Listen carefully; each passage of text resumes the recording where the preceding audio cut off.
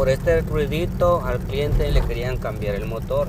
No sé si más de alguno de ustedes les ha pasado que tienen un ruido similar. Bueno, en estos carros siempre pasa que cuando hay un problema internamente está sonando algo así.